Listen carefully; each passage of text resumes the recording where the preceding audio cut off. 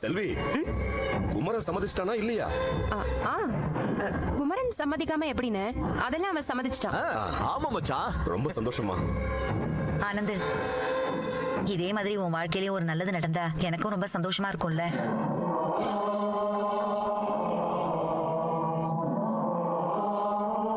செல்வி, நான் ஒரு விஷயம் சொல்லலாமா? சொல்லுங்கண்ணே. நம்ம சித்தியும் சித்தப்பாவும் தானே.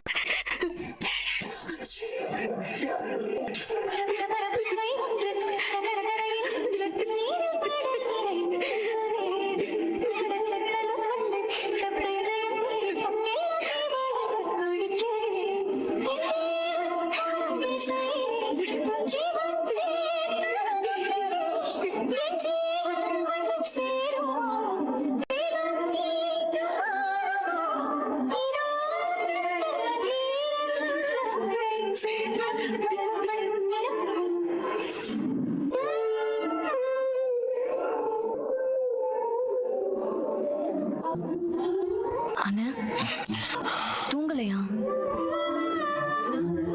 எனக்கு தூக்கம் வரல. நீ போய் பாடு, நான் அப்புறமா தூங்குறேன். அவனு கேட்டேன்.